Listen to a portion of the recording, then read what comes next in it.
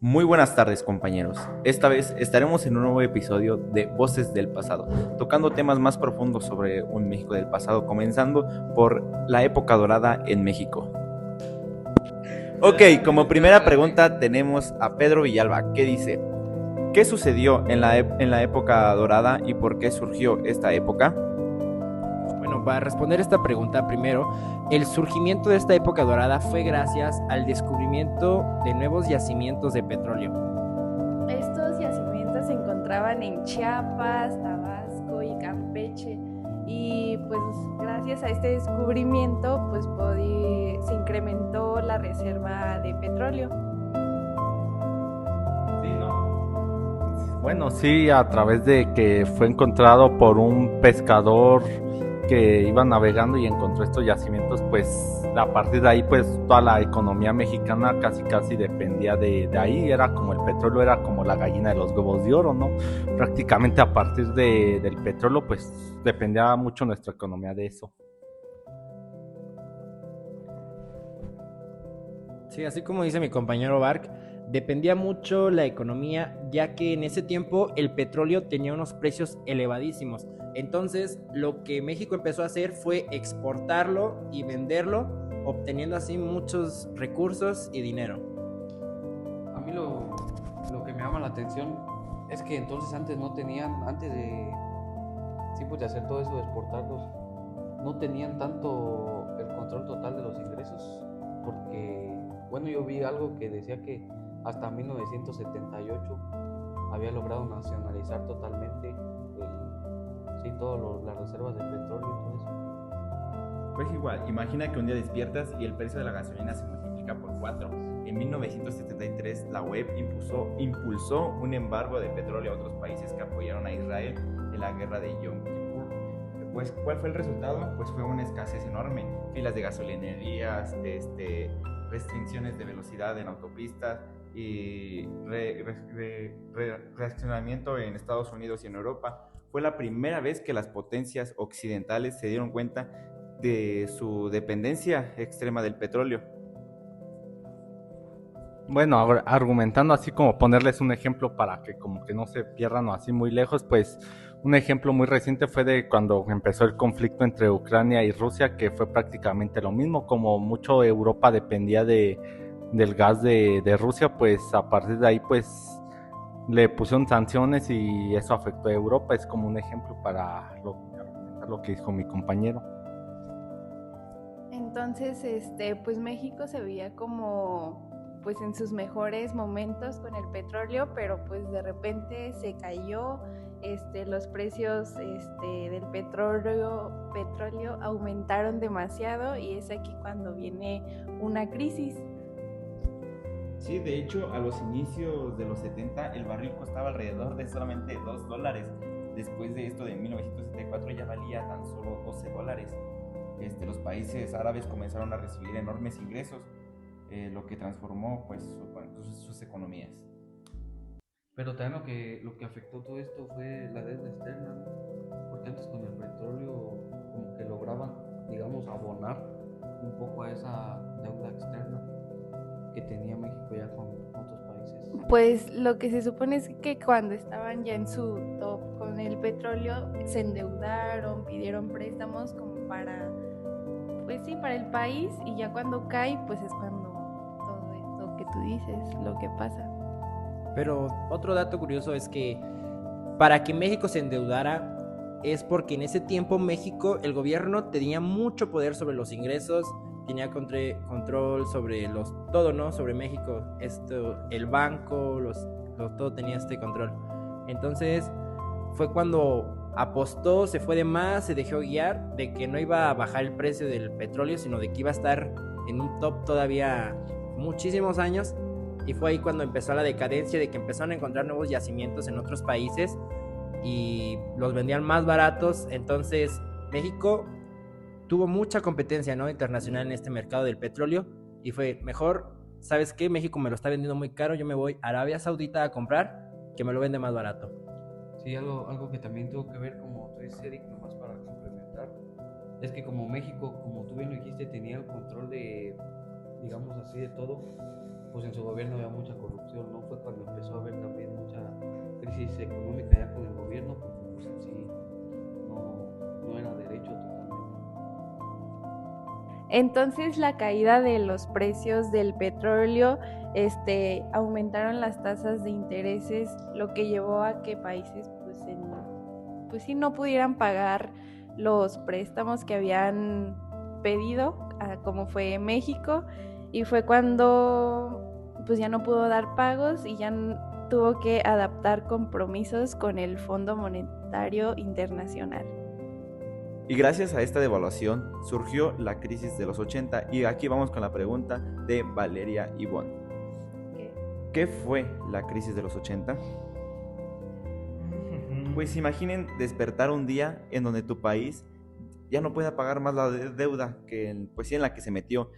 Los salarios se congelan, las escuelas ya no tienen presupuestos, los precios suben cada semana. El gobierno anuncia que está en crisis. Esto fue lo que vivieron millones de personas. Ok, hubo una caída del gasto social, recortaron gastos, afectando mucho a la salud, a la educación y a programas sociales. Bueno, también abordando todo esto, ¿cómo fue que las personas perdieron toda su libertad? Bueno, yo hablo de libertad en el sentido, no sé si han visto un documental que se llama, ¿cómo se llama? Tú me habías dicho ese que era con los 80, ¿no? Que se veía como las personas se divertían, o sea, no, como que no importaba tanto lo de las clases sociales, porque en sí había fiestas en la noche donde había todo tipo de personas, que aunque pues sí. Había una abundancia de dinero gracias a esto del petróleo. Sí, no había pues abundancia, gente comprando, pues dándose una buena vida, un buen estilo de vida y pues imagínate que de un día para otro todo eso cambie. Pues sí, o sea, como ya dijo Eric, de que pues afecta a todo el país, o sea, realmente que un mal manejo de decisiones que tome, pues ahora sí que el gobierno afecta a todo el país y también en el sector educativo de que pues ya no había para pagarle a maestros, la infraestructura deteriorada, donde pues de venir de un año donde tiene mucho a como irse a nada, pues es muy feo. Sí, otra de las consecuencias que se vivió en esta caída del gasto fue que hubo una pobreza muy creciente. A nivel México se subió casi el 60% de los mexicanos en pobreza. Hubo una migración y desempleo masiva. Muchos mexicanos abandonaron aquí su tierra natal para irse a Estados Unidos a buscar un empleo, ¿no? Una oportunidad para poder mantener a su familia. La desconfianza en el Estado también aumentó, ya que los bancos, muchos mexicanos tenían todo su dinero en los bancos y estos bancos de la nada ya no podían pagarles porque pues se perdió, ¿no? Estaban en deuda, entonces hubo mucho que hablar, ¿no? Pero lo que golpeó todo esto, digamos que puede ser lo de, bueno, yo no sé, ¿verdad? Por eso te pregunto. ¿La devaluación del peso o eso fue mucho antes? ¿O fue ya después de la devaluación del peso? Fue en ese momento, cuando o sea, no había empleos y todo eso. Imagínense que la deuda externa pasó de 20,000 millones de dólares a 80,000 millones de dólares en ese lapso. Pero bueno, nosotros somos jóvenes. Aquí tenemos una entrevista para ver realmente cómo sucedió, cómo fue vivir en esa época.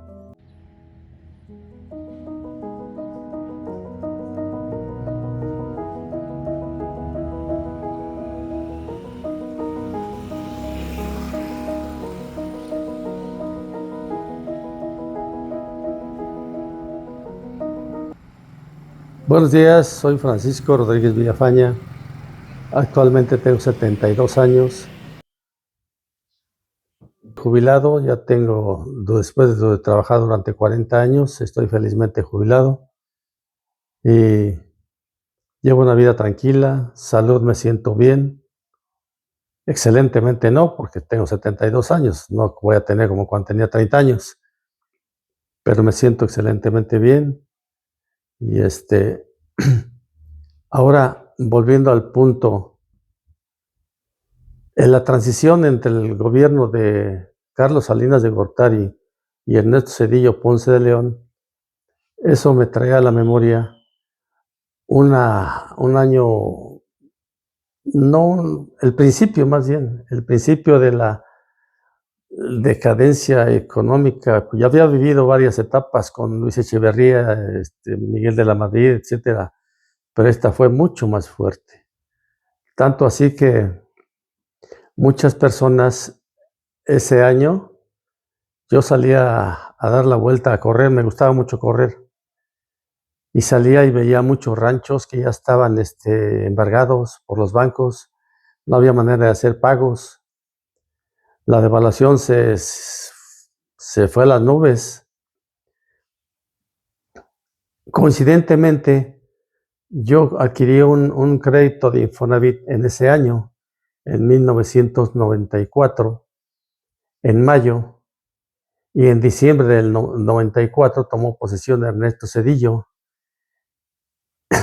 En ese entonces, mi deuda que yo tenía en enero del 1995 se me cuatruplicó. O sea que era una deuda impagable, prácticamente. Y luego más todavía con la situación que se vivió con Ernesto Zedillo, que pues la deuda bancaria, por lo que les acabo de explicar, la tomó como deuda pública.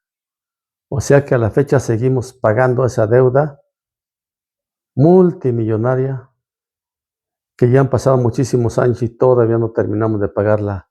Es probable que hasta mis bisnietos tengan que pagarla todavía. En aquel tiempo de la inflación, salía yo a recorrer, me gustaba mucho correr, veía muchas haciendas, muchas parcelas, muchas casas embargadas por el banco. Los bancos no tenían liquidez, supuestamente no había dinero. Entonces fue cuando Zedillo implementó la deuda de los bancos, no la implementó a todos los mexicanos. La situación que se vivió en ese entonces llegó a tal grado, exageradamente, a que muchas personas se suicidaron. Hubo suicidios, hubo enfrentamientos.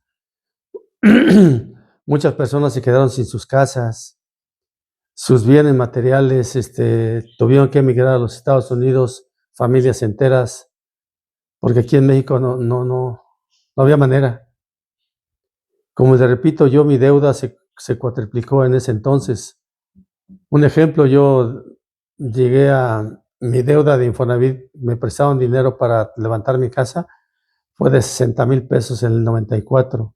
Entrando en el 95 debía yo 220,000 pesos.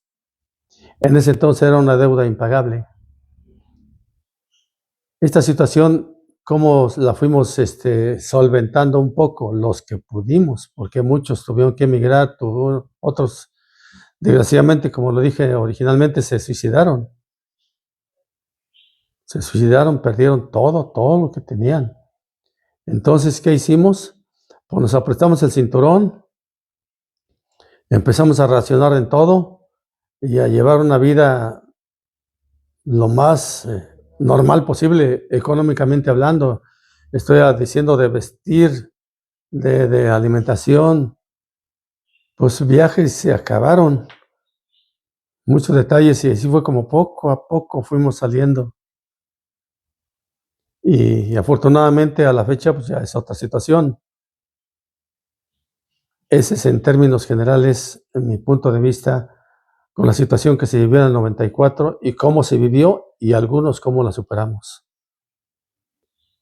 Ahora, volviendo a la situación con los bancos, pues la confianza en los bancos siguió casi normal, o sea, no se modificó tanto, ya que de alguna manera pues había préstamos, pero aunque eran las utilidades, los intereses muy altos, pero había manera de hacer negociaciones y las deudas se volvían pagables, de alguna manera te daban facilidades para que te pusieras al corriente con tus deudas. sea, confianza en los bancos, sí la hubo, aunque algunos bancos pues perdieron muchísimos clientes, muchísimos. Y me comentaban que algunos estaban a punto de quebrar. Fue cuando entró el famoso FOBAPROA que implementó Ernesto Zedillo Ponce de León. Pero la confianza en los bancos del 1 al 10 estuvo en un 7. Siguiendo sobre ese mismo punto, en aquellos años también, estando Ernesto Zedillo, se acudió a las instancias internacionales, en este caso al Fondo Monetario Internacional, para un rescate financiero. Ese dinero es el que se debe ahorita todavía, es el que seguimos pagando. Desgraciadamente, el entonces partido en el poder, el Partido Revolucionario Institucional, nos la hizo creer que era lo más idóneo para salir de la crisis en la que estábamos y ciegamente creímos, porque pues teníamos que aferrarnos a cualquier agarradera que tuviéramos a la mano, porque la situación que estaba viendo en la Ciudad de México era insostenible. Desgraciadamente, a través de los años, y siempre ha sido así, siempre Estados Unidos casi nos ha tenido el pie en el cuello. Ya de una manera o de otra, siempre Estados Unidos decidía por nosotros. Nosotros nunca teníamos decisión propia. Entonces, al acudir al Fondo Monetario Internacional, de alguna manera estábamos supeditados a lo que Estados Unidos dijera. Tanto así que cada año nos valoraban cómo estábamos trabajando, cómo estábamos sacando adelante la situación económica y financiera y de nuestro país. Y a veces nos daban unas calificaciones muy bajas. O sea que hasta eso era lo que teníamos. Afortunadamente,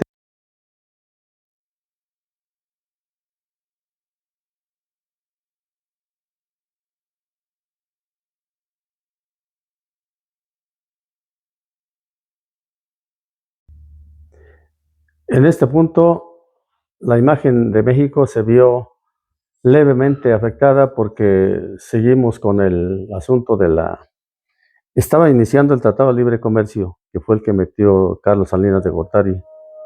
Nos estábamos acoplando al nuevo sistema del comercio internacional. Nos empezó a ir mejor. México empezó a levantar el vuelo con el Tratado de Libre Comercio, con las ventajas de dicho tratado. Salimos beneficiados. Y a nivel mundial, nuestra credibilidad no creció, pero tampoco bajó. Estábamos en un término aceptable dentro de lo que cabe. Y los negocios empezaron a llegar poco a poco, las inversiones poco a poco a México, inversiones extranjeras, inversiones mismas de aquí del país. Y México fue como empezó a levantar un poco. Eso fue consecuencia de que al final ya el pueblo de Tomo ya estaba harto de un partido político que nos robaba, porque a lo mejor saliéndome un poquito del contexto de lo que estoy platicando, me tocó ser algunas veces yo trabajar en las casillas de elecciones. Y cuando ya la gente ya casi ya no llegaba, quedaban muchísimos espacios y me tocó ver que algunos consejeros del partido en ese entonces tricolor cruzaban las boletas y ahí fue cuando empezaron a saberse que votaban hasta los que ya estaban muertos. Por eso fue que ya el pueblo ya estaba harto de ese partido y fue cuando se inició en el 2000 votando a favor de otro partido muy diferente, México esperando con la esperanza siempre de que fuera un cambio total. Desgraciadamente las cosas no se dieron tal cual, pero de menos se intentó, que es lo más importante. Partiendo del error de diciembre, el pueblo de México decidió en ese momento buscar un cambio. Desgraciadamente en ese entonces no había la revocación de mandato que hay a la fecha. En caso de que hubiese revocación de mandato en esos años, fácilmente se hubiera optado por quitar al presidente en turno y poner a otro. Pero se tuvo que terminar el ciclo de los 6 años y votar por otro partido. El pueblo de México ya estaba harto y quería votar por otro partido. ¿Por cuál? Por el que fuera, pero que ya no fuera el PRI. Entonces, los candidatos de aquel entonces fue Cuauhtémoc Cárdenas, Francisco Lavacida Ochoa y Vicente Fox Quesada. Entonces, el pueblo de México se inclinó más por Vicente Fox Quesada por su manera de explicar las cosas tal cual el pueblo los entendía y por ser un poco más directo en cuanto a los cambios que él proponía. Y el pueblo votó efectivamente por él. Ya después la situación fue diferente porque no cumplió con lo que él decía, no cumplió con lo que proponía. En parte sí ayudó un poco porque la inflación bajó. Tanto así que yo en ese entonces, mientras estuvo de presidente, como lo dije en un principio, yo obtuve un crédito por Infonavit. Y mientras estuvo Ernesto Zedillo Ponce de León, estuve pagando únicamente los intereses de mi deuda con Infonavit. Una vez que entró Vicente Fox, empecé a pagar mi deuda. Después llegó Vicente Calderón y terminé de pagar mi deuda de Infonavit. Pero haciendo números, si hubiese seguido el PRI con la tendencia que llevaba, difícilmente hubiera terminado de pagar mi deuda. Esa es, en síntesis, la repercusión del error de diciembre, por lo que el PRI perdió mucha creencia, aunque ya después después de algunos años entró con Enrique Peña Nieto, pero no duró, porque desgraciadamente lo que nos dimos cuenta era que era un títere de los empresarios. Y por eso optó el pueblo de México por votar por un partido que de veras fuera más del pueblo, y en este caso fue con Andrés Manuel López Obrador. Yo lo que les diría a los chavos, a los jóvenes ahorita, que ya no son el futuro, son el presente de México, que se enfoquen más en buscar el bienestar social, el bienestar de México, porque si México está bien, los jóvenes y todos los demás vamos a estar bien. Que no seamos tan individualistas que diciendo el me vale, el clásico me vale, que mientras yo pueda hacer esto, no hay ningún problema. No, seamos empáticos con nuestra misma comunidad.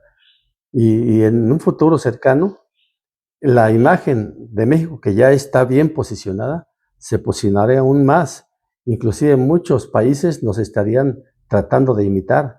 ¿Por qué? Porque nuestros jóvenes de ahorita ya la mentalidad les cambió, ya no son tan egoístas en que ven por sí mismos, sino que deben de ver por el bien de su comunidad, por el bien de su estado y por el bien de su país. Bueno, y ante toda esta crisis tenemos aquí una pregunta de Alexa Llanos que dice, ¿cómo afectó la calidad educativa en esos años? Bueno, en primera, pues, reducieron los presupuestos de las escuelas, había menos dinero para el mantenimiento de escuelas, reducieron los materiales, libros o equipamientos que necesitaban los alumnos en esos momentos, la limitación para construir nuevas escuelas en zonas rurales. Como segundo punto tenemos la masificación escolar. El crecimiento de la población, como les dije antes, que migraban, provocó un aumento en las ciudades más urbanas y en las aulas, por así decirlo, había salones de hasta 50 alumnos y un profesor. Entonces, la calidad educativa, por así decirlo, bajó. Bueno, después de esto también, aparte de la masificación, viene lo de la falta de los profesores, ¿no? Porque ya no estaban capacitados, ya no se sentían motivados para tomar los puestos de trabajo. Bueno, y aparte también lo de los alumnos, las jóvenes y las mujeres, que aumentó mucho el alfabetismo en ese tiempo en esos jóvenes. Sí, y exacto, y es a lo que nos lleva al siguiente punto, que es la calidad educativa, pues en caída, con menos presupuesto, con menos docentes, con más docentes más mal pagados, y pues la calidad bajó, fueron menos horas efectivas de clase, fueron estudios sin actualización, vaya que eso, pues, como dijo mi compañero, desactualizó, hubo más analfabetismo, falta de formación de los docentes, disminución en resultados académicos. Muchos países tardaron décadas incluso en recuperarse. También podemos hablar del que hubo como una privatización indirecta, porque aunque no se privatiza la educación básica, pero sí generó que haya más no, más como educación privada, porque pues sí, los que sí tenían, pues sí podían ingresar a una escuela mejor, que podría decirse que una escuela mejor podría ser una educación privada, y pues se hacen más estas brechas de desigualdad. Y También otra crisis fue la deserción escolar, ¿no? Esto debió a como, pues, que pues muchos tenían que salirse de la escuela para irse a trabajar y apoyar en los gastos de la familia, ¿no? Ante la falta de, pues, de apoyos, de becas y todo eso, pues, fue que se tuvieron que salir. Sí, bueno, ahora les voy a dar un poquito más de los puntos, que es la educación básica sufrió esto de que ya no hubo presupuesto para darles aulas. En la educación media superior hubo mucho abandonamiento de los alumnos. En la educación superior, las universidades ya no tenían presupuesto para aportar a las carreras, entonces tuvieron que buscar de otros lados, subiendo de que las cuotas, viendo si unas empresas les podían donar y que los alumnos fueran directamente a las empresas. Bueno, bueno, así como tú dices que buscaron todo eso, también el gobierno tuvo una reacción ante toda esta crisis que se estaba vaciando la matrícula estudiantil. Inventaron una reforma en 1994 que buscaba mejorar la calidad de la educación y también que buscaba cómo poder aprovechar al 100 los recursos, los pocos recursos que tenía en ese momento. Ok, y como siguiente pregunta tenemos a Alma Marcela Gozo, que pregunta, ¿qué es el Estado benefactor? Ok, para responder esta pregunta, el Estado benefactor es un modelo de organización política y económica en donde el gobierno asume un papel activo en la economía y en el bienestar de la población. El Estado intervenía directamente interviene directamente en regular la economía, distribuir la riqueza y garantizar los derechos sociales, que son la salud, la educación, la vivienda y el trabajo. Características principales del Estado benefactor.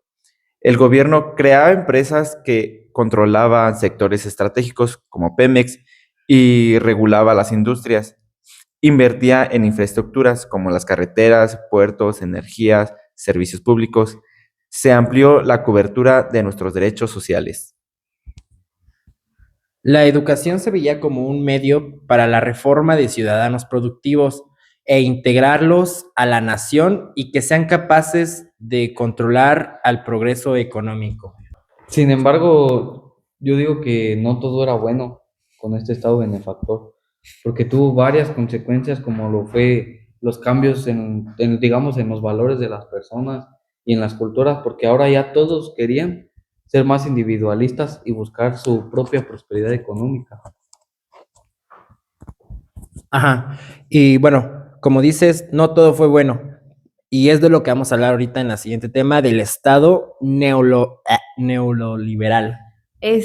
Pues sí, como Estado benefactor adoptó políticas para un ajuste económico, pero este ajuste fue lo que empezó el cambio al neoliberalismo.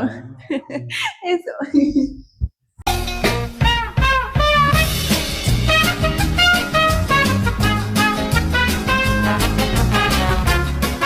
Volvemos a la retransmisión, tuvimos un pequeño problema, pero ya estamos aquí. Ahora, Paulo Guerrero nos hace dos preguntas. La primera de ellas es, ¿qué es el Banco Mundial y cómo fluyó en México? Bueno, yo le respondo que es el Banco Mundial. Bueno, el Banco Mundial otorga préstamos a largo plazo. Bueno, en México, ante la crisis que estaba viviendo, se une a este, si lo podemos llamar, sistema en 1946, que desde entonces ha estado recibiendo préstamos para sus proyectos de desarrollo, pero no todo es fácil, pues obviamente tiene que llevar algunas condiciones, creo, pero esas sí no me las sé. Pues estos préstamos promovieron ideas para la educación en México y cómo transformarlas. Tenemos 5 puntos. El primero es: la educación debía de rendir cuentas, medir resultados y demostrar impacto. Pues, el segundo es transferir la gestión educativa a los estados para hacerla más eficiente. Y 3, priorizar programas que atendieran a poblaciones pobres o vulnerables. Progresa en 1997. Otro punto fue abrir espacios a instituciones privadas para complementar la oferta pública, sobre todo en la educación. Como quinto punto es fomentar la meritocracia y la evaluación de los maestros. Pues todo esto era como para que, pues sí, como demostrar eficiencia en la educación, y pues mediante la crisis que ya habían tenido y que era como pues mala la educación, pues trataron de mejorarla y también enfocarse en sectores pobres. Ok, como segunda pregunta de Pablo Guerrero igual, pregunta: ¿qué es el Fondo Monetario Internacional y cómo influyó en México también? Bueno, el Fondo Monetario Internacional, cuando un país no puede pagar una deuda y enfrenta un desequilibrio económico severo, pues recurre a este fondo. Y México se une, también yo vi que se une todavía un año antes que al Banco Mundial, y también desde entonces ha estado recibiendo préstamos para sus asistencias de emergencia en la deuda y todo eso. Ok, ahora yo les quiero contar un poquito más para entender este Fondo Monetario Internacional, de que cuando México estaba en crisis, tuvo que buscar de todos lados, entonces contactó a este Fondo Monetario para que le prestara, por así decirlo, y el Fondo Monetario puso sus exigencias sobre la mesa, ¿no? Una de estas era menos inversión a la educación, a la salud y programas sociales. También una reducción en los gastos públicos, que en aquel tiempo, en la época dorada, como ya dijimos, se estaba invirtiendo mucho en cualquier cosa, ¿no? Carreteras, escuelas. Entonces este Fondo Monetario dijo: párale, carnal, hay que disminuir eso para que tú así puedas tener un poquito más de ingresos, ¿no? Otra de las exigencias fue el control fiscal y el gasto estatal. Bueno, y también aparte de todo esto, también se vienen las exigencias que pone el pueblo de México, ¿no? Que les pone el pero al gobierno en qué están invirtiendo esos préstamos, porque no ven los avances necesarios en la estructura, que era lo que había prometido el gobierno. Y justo este Fondo Monetario Internacional fue que aplicó la agenda neoliberal, pidiendo que ¿cómo se llama? ¿Fondo? No. Progreso. El Estado, el gobierno tenía que dejar de invertir, tenía que dejar de meter mano a las finanzas. Sí, porque de todo esto deriva la crítica, que a partir de que empezaron a recibir dinero, en vez de disminuir, aumentó la pobreza en México. Ajá. O sea, porque no solo como que trajo cosas buenas, sino que con estas exigencias pues había desempleos y como que una mala vida en las personas.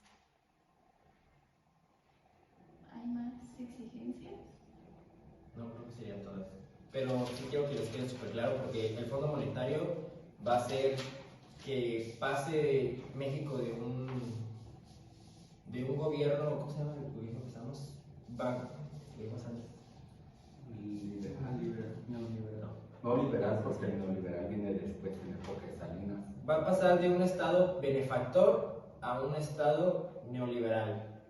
Va a ser este cambio el Fondo Monetario, ¿no?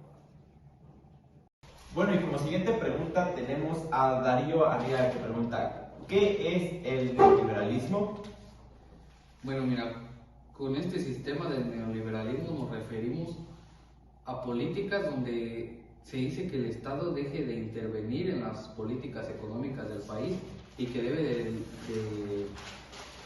de mejorar la libre competencia en el mercado. O sea, el neoliberalismo está bien, pero no da democracia. Sus principios básicos era la libertad individual y propiedad privada, el libre mercado y competencia y reducción de la intervención del Estado en la economía. Otra característica también del neoliberalismo se caracterizó principalmente porque fue la privatización de empresas públicas a sector privado, ¿no? Estatal, como por ejemplo fue cuando se privatizó Telmex a Carlos Slim, que incluso dicen por ahí que el propio gobierno le prestó dinero a Slim. También los ferrocarriles, y en esto se dice que fueron alrededor de 390 empresas. Sí, y esto trajo no solo críticas, sino también controversias, que fue la desigualdad económica. Los críticos argumentaban que el neoliberalismo había traído todas estas desigualdades económicas y la pobreza a muchos países. La pérdida de soberanía. Algunos críticos argumentaban que el neoliberalismo ha llevado a la pérdida de soberanía nacional y la dependencia de instituciones internacionales. Sí, bueno, como lo dice Azurabi, neoliberalismo es una doctrina económica, social y política que buscaba reforzar a las empresas, ¿no? Pero más bien solo ayudaba a una parte del pueblo, a los más empoderados. Si eras rico, te mantenías rico, y si eras pobre, pues te mantenías pobre, ¿no? Entonces, este neoliberalismo lo abarcaron casi 6 presidentes, desde Salinas hasta todavía Enrique Peña Nieto abarcaban esta doctrina, ¿no? Que, pues como dicen, influyó mucho porque pues casi todos esos presidentes eran del PRI, excepto Vicente Fox. Y Calderón. No, Calderón sí era del PRI. No, güey, Calderón era del PAN. Bueno, esos dos. Y todavía aún así lo siguieron usando, esta doctrina. Bueno, uno de los puntos claves era la apertura comercial. Se promovió firmas de tratados libres de comercios, siendo la de Telecam en 1994 una de las más importantes. Y en conclusión, sí, no podemos decir que este sistema ha cumplido con su objetivo. O sea, es como un crecimiento, pero pues realmente solo se enfoca, como dice Eric, en una cierta población que es pues en la más privilegiada. Y o sea, y aparte de todo, lo mismo, creo que hacían lo mismo como de la reducción de gastos en la educación y en la salud. Entonces, aquí podemos ver muchísimo lo que afecta a personas que son como más de bajos recursos, que les afecta pues en estas áreas, y pues está muy mal. Sí, como ya lo vimos también, en cierta parte el neoliberalismo fue malo o fue bueno porque permitió el libre mercado, ¿no? Entre estos países, entre México, Estados Unidos y Canadá. Se abrió este libre comercio entre estos 3 países, pero para los mexicanos era súper malo. ¿Por qué? Porque ponías a competir la empresa de un mexicano con 2 trabajadores contra una empresa de Estados Unidos de hasta 100 trabajadores, maquinaria. Entonces, producir en Estados Unidos es más barato, y entonces los mexicanos empezaron a comprar en Estados Unidos, y muchas empresas acá en México fueron desapareciendo, y pues muchos mexicanos todavía se quedaron súper pobres. Sí, porque ya no había la inversión que digamos extranjera de otros países a venir a empresas que apenas iban empezando aquí en México. Aparte, entre el gobierno, empresarios y sindicatos había como acuerdos para controlar los precios y salarios para controlar la inflación a costa de la pérdida del poder adquisitivo del salario real. Entonces, pues realmente es lo que decimos de que afecta a personas trabajadoras donde trabajan en empresas y están siendo pues sí mal pagadas o sin empleos, y pues realmente como que no era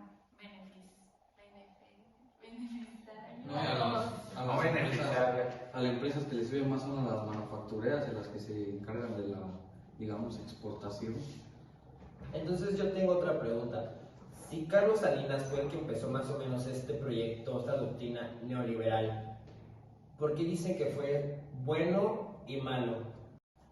Para entender un poco más sobre Salinas hay que entender que él tuvo un comienzo muy controversial, ya que en 1988 las elecciones fue un fraude, ¿no? O sea, esto se marcó.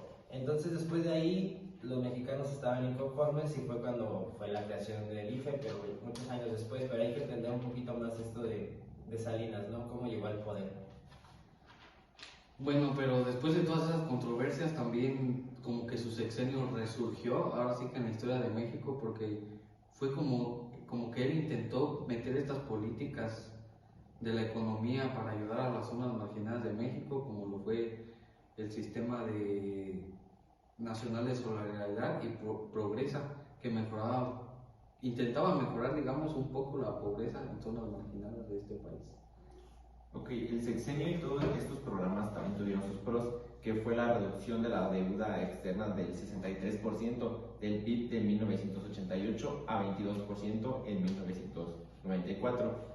El crecimiento económico, la inversión extranjera aumentó significativamente, especialmente en las industrias manufactureras. Aunque también de esto hubo muchas desigualdades, muchas controversias, muchos contras, que fue la desigualdad de la brecha entre ricos y pobres, la crisis económica de 1994, el error de diciembre desencadenó una de las peores crisis económicas en la historia de México, la corrupción. Se denunciaron casos de corrupción y enriquecimiento ilícito. Más que nada, pues vamos a preguntarle a esta persona, hicimos una entrevista a esta persona para que nos hable sobre la evaluación, sobre este sexenio, vaya. Bueno, después de analizar esta entrevista y observarla, vimos cómo esta persona sí tuvo varios cambios en su vida después de este error de diciembre. Pero el error de diciembre fue gracias a Salinas, ya que en su sexenio tuvo que hacer varias devaluaciones en el peso, como en todo país se tiene que hacer, y él no los quiso hacer. Él dijo, ¿sabes qué? Yo no voy a hacer esta devaluación. Entonces fue cuando, llegando a Cedillo, obtuvimos esta devaluación supermasiva. Pero antes de entrar un poquito más a Cedillo, quiero analizar más a Salinas, sus errores y sus contras, por así decirlo. Bueno, entonces tenemos su programa de solidaridad, lo que ya había dicho mi compañero Toño. Para progresar, esto consistía en obras y proyectos que iban dirigidos a todos los sectores de la población y se centraba en la salud, vivienda y alimentación. Aunque hablaba mucho de como el progreso, también, o sea, seguía existiendo mucho la desigualdad entre las personas y siempre se habló de modernización, pero pues como que nunca llegó. O sea, se supone que sí planteaba llegar a los sectores marginados, pero en sí no llegaba. Tengo como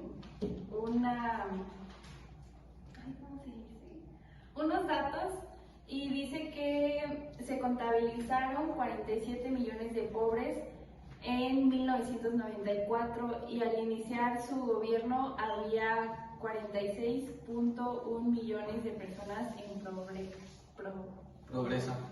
Entonces, pues realmente como que no cambió mucho, pues sí, no hubieron muchos resultados que se vean reflejables.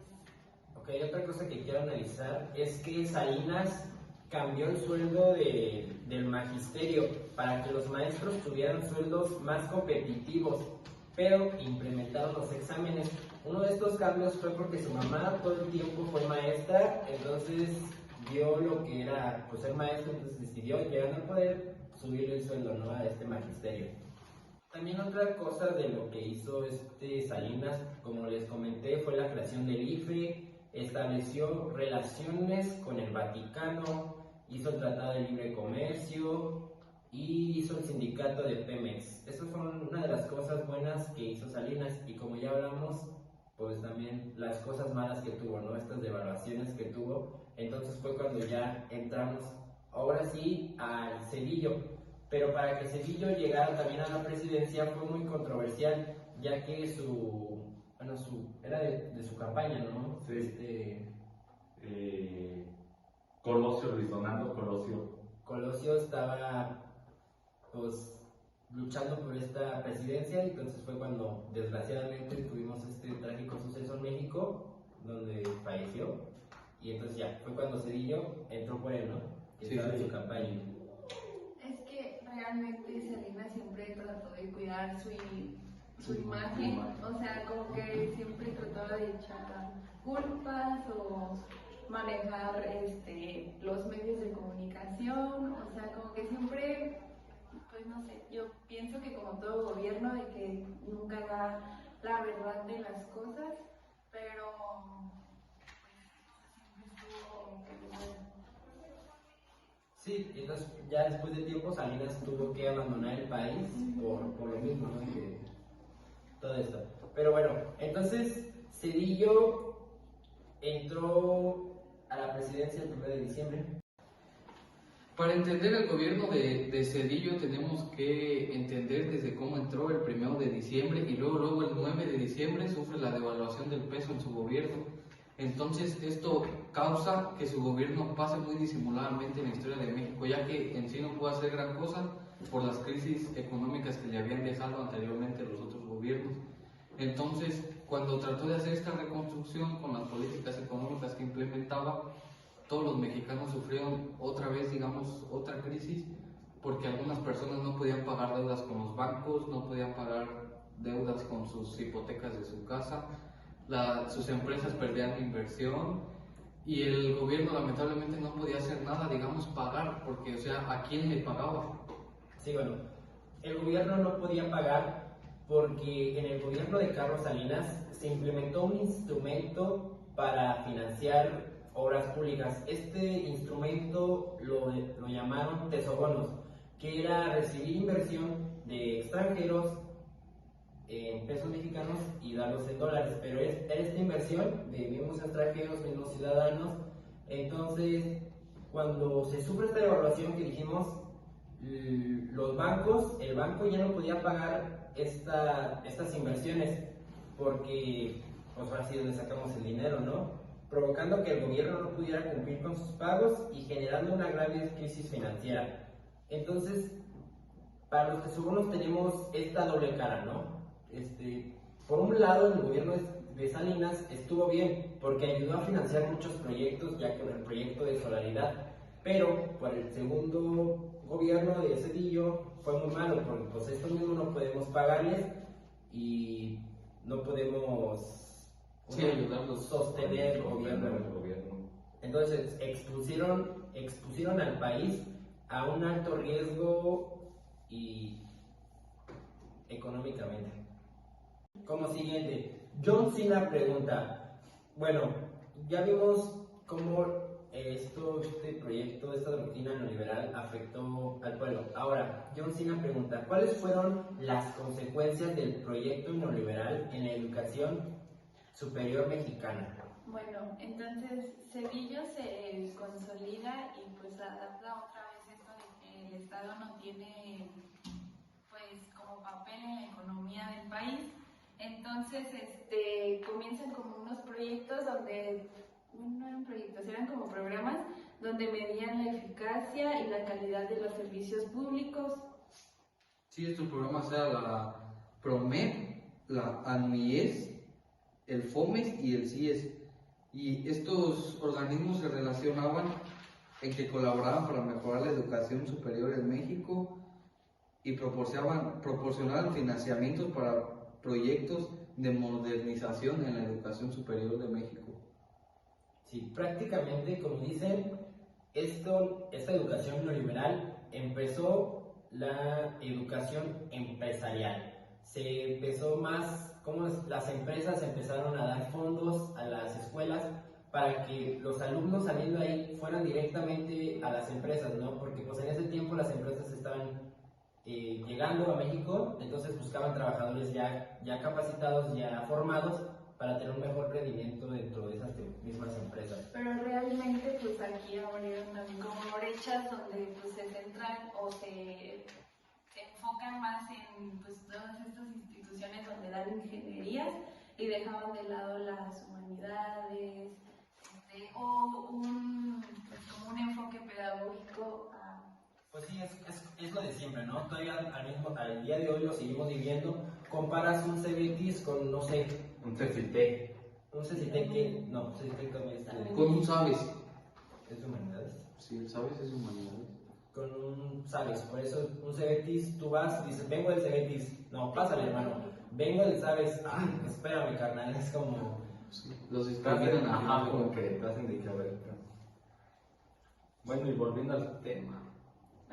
También dice que se multiplicaron los contratos por hora y los estímulos sustituyeron a los salarios justos para los maestros. También medían su eficacia, pues cómo era su calidad a la hora de dar, pues sí, o sea, por ejemplo, la maestra nos dijo de que,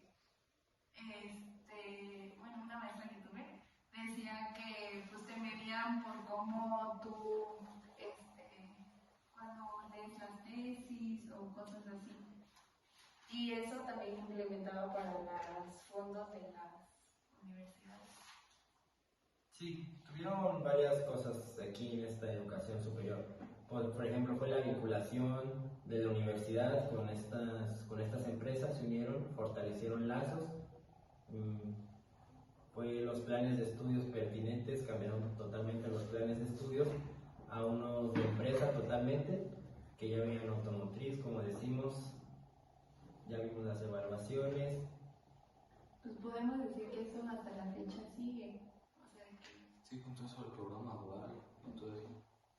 Para entender un poquito más esta educación media superior, tenemos que entender 3 programas que ayudaban a la creación de estas escuelas, ¿no?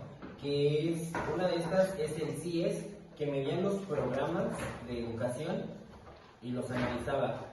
Pasaba de ahí al FOMES. El FOMES te daba el dinero para la creación y ahí medías ya la eficiencia, la eficacia, todo, ¿no? de esta escuela creada. Y para esa escuela se necesitaba tener profesores, entonces estaba el PROMEP, que, pues, que ayudaba y... No, les daba como... Sí, a los profesores. Ajá, como. Eran como premios, no. Sí, premiaban a los docentes con mayor productividad dentro de ese programa. Y a nivel, ahorita ya es a nivel medio superior, y a nivel superior los planes de estudio fueron súper diferentes. Bueno, sí, las universidades fueron creando también convenios con las empresas, pero las universidades chiquitas fueron quedándose un poquito más marginadas, entonces tuvieron que buscar ingresos propios. Todo esto fue en universidades empresariales.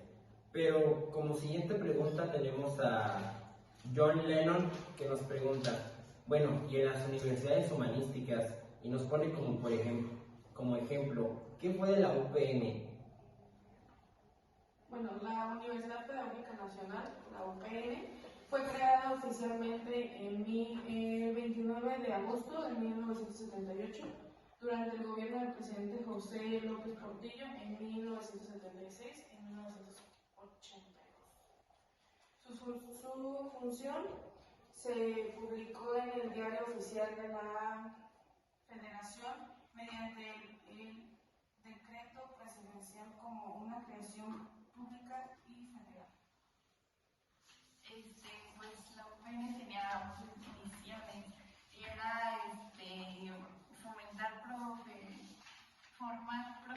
culturales de la educación, promover la investigación y vincular la docencia con las necesidades sociales y culturales del país. También fortalecer la identidad nacional. Esas eran sus 4 misiones que tenía la UPN.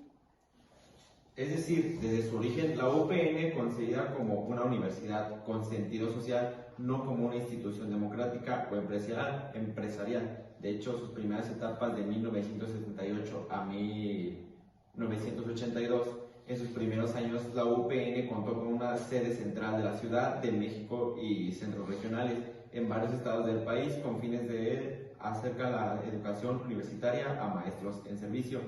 Su modelo se inspiró en la idea de la educación como instrumento de transformación social. Se implementaron programas como la licenciatura en educación básica y la licenciatura en educación preescolar.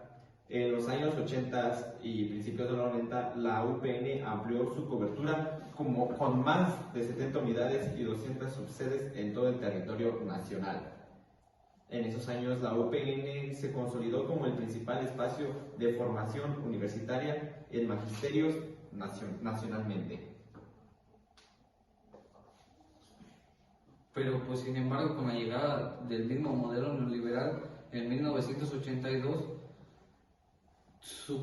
y su consolidación en los gobiernos de Gortari y Zedillo, la UPN comenzó a enfrentar estos problemas que mencionamos hace rato de corto de presupuesto y políticas de evaluación que modificaron finalmente su objetivo original.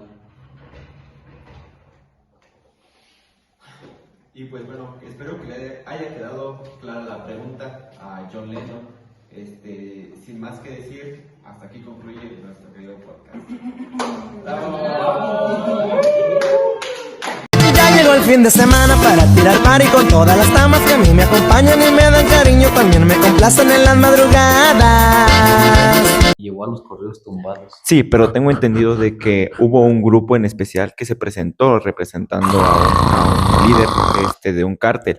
Denme pene, Sí, pero lo que pasó en realidad es como... denme pene, Hay un rapero denme pene, dejó en vergüenza. denme pene, denme pene. Quiero un pene en mi boca, jejeje. Quiero pene. El pene de Azu está bien chiquito. Está O sea, en chiquitito. TikTok tiene